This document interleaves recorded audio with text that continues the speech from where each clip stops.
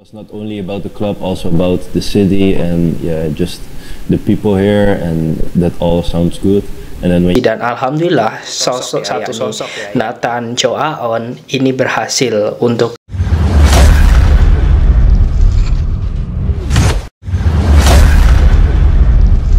kali ini saya akan kembali lagi yang membahas mengenai kabar terbaru dari timnas Indonesia, dan di sini pun saya akan fokus ya mengenai kabar terbaru mengenai pemain keturunan. Ya, memang banyak sekali kemarin yang bilang, "Bang, tolong update pemain yang sudah resmi untuk membela timnas Indonesia atau dilanjutkan proses naturalisasinya oleh PSSI." Dan di sini saya akan mengabarkan ya kabar gembira. Memang ada satu sosok pemain, dan inilah teman-teman, lagi-lagi saya tekankan, inilah kita pentingnya membahas mengenai pemain keturunan agar itu bisa di follow up oleh PSSI. Dan alhamdulillah satu sosok ya, yakni Nathan Chow Aon ini berhasil untuk ternyata diam-diam PSSI ini mengurusnya. Hal ini pun langsung diungkapkan oleh pelatih Sintayong. Jika itu sudah diucapkan oleh Sintayong, tentu ya apapun yang diserahkan oleh PSSI kepada pelatih ini sudah terbukti, dan Sintayong sudah mengatakan bahwa semuanya ini akan berjalan secara lancar. Oke, saya akan membahas tuntas mengenai sosok Nathan Chow Aon yang akan dinaturalisasi ini. Jangan lupa untuk membantu channel ini, silahkan kalian tekan tombol like, komen, dan juga subscribe, serta tekan tombol loncengnya ya agar kalian selalu mendapatkan notifikasi dari video-video saya selanjutnya. Nah, kita ketahui bahwa sebenarnya teman-teman, saya melihat memang Nathan Chow Aon ini menjadi incaran Sintayong, tetapi Sintayong waktu itu ya dia belum tahu bagaimana pola permainan dari Nathan Chow Aon secara lebih detail, lebih mendalam. Dan ternyata setelah Sintayong ini melakukan beberapa analisa, kurun waktu ya di sini sebulan setengah melakukan analisa, dan ternyata dia merasa cocok dengan pemain Swansea City ini.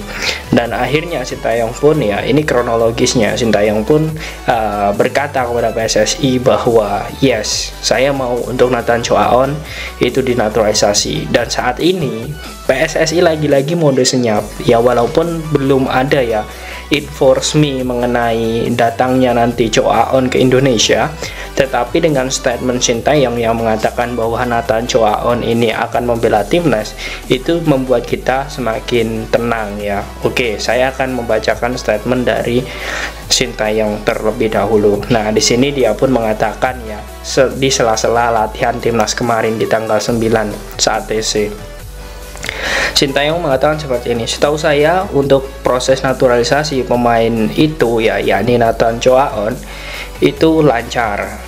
Jujur masalah administrasi belum tahu, akan bertemu dulu dengan Pak Ketum Erick Thohir.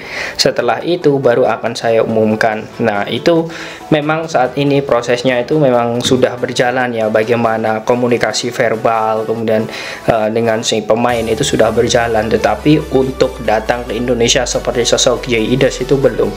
Tetapi yang jelas apapun yang akan menjadi teka-teki, ini saya sangat respect kepada Coach Sintayong karena beliau sudah mengumumkan pemain timnas Indonesia terbaru, dan lagi-lagi yang kita ketahui posisinya ini adalah back. Tetapi walaupun posisinya back dan juga dia juga bisa menjadi gelandang bertahan ataupun gelandang tengah ya, ataupun dia juga bisa back kanan atau back tengah, menurut saya posisi ini ya memang dibutuhkan sekali untuk timnas Indonesia. Kedalaman skuad itu sangat diperlukan, apalagi saya melihat Nathan Chow Aon ini usianya juga sangat relatif muda ya, dan saya melihat nantinya kita akan melihat jika nanti Mark Klok sudah tidak konsisten yang bermain, Nathan Chow Aon ini bisa juga menggantikan posisi Marc Anthony Klok. Dan juga bukan hanya itu, dia juga bisa menjadi tandem dari Jordi Amat, dia juga bisa menggantikan posisi Asnawi. Intinya lengkap untuk sosok Nathan Chow Aon ini, dan dirinya pun saat ini saya melihat untuk di Swansea City ya, dirinya pun juga bukan pemain sembarangan. Di 5 laga terakhirnya pun dia juga selalu bermain 90 menit. Artinya antara Jay Idas dan juga Nathan Chow Aon ini menjadi pilihan penting dari klubnya.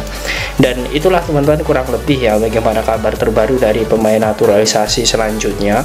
Dan yang jelas di sini saya ingin menginformasikan kepada teman-teman ya, mungkin ya banyak yang tidak suka ya mengenai channel-channel keturunan, tetapi di sini saya melihat ya teman-teman bahwa apa yang saya bahas itu ya menurut data yang sudah ada. Kemudian ketika saya membahas mengenai pemain keturunan, itu saya membahas mengenai updatean terbaru, tidak ada dalam tanda kutip melebih-lebihkan atau yang lain sebagainya.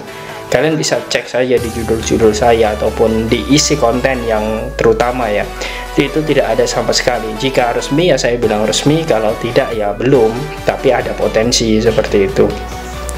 Nah, semoga saja ini kedepannya ya untuk di Piala Asia ini segera selesai untuk proses Nathan Choaon dan segera memulai timnas Indonesia, karena memang Indonesia saat ini sangat memerlukan dirinya.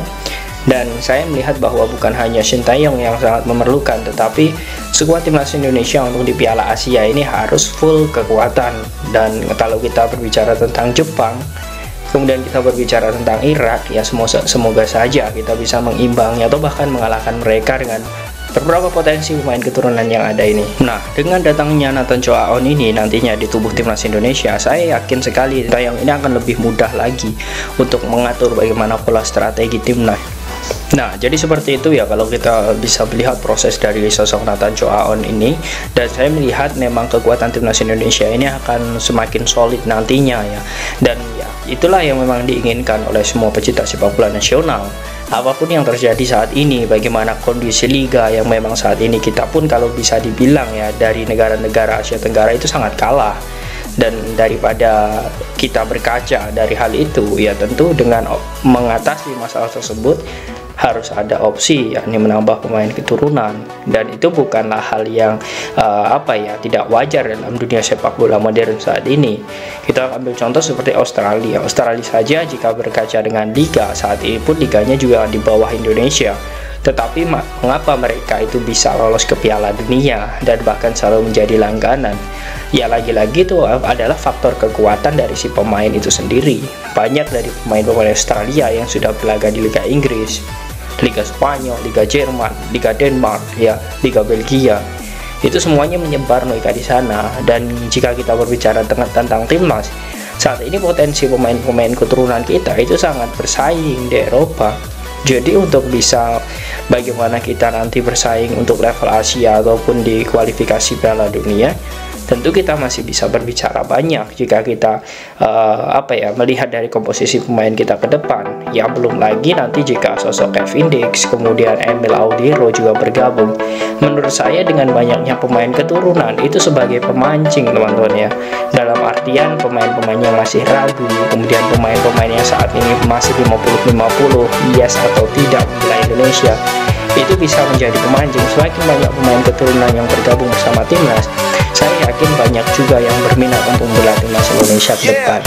Ini lagi-lagi adalah strategi dari Shin Tae-yong, strategi dari PSSI agar nantinya timnas Indonesia itu bisa berprestasi di kancah internasional.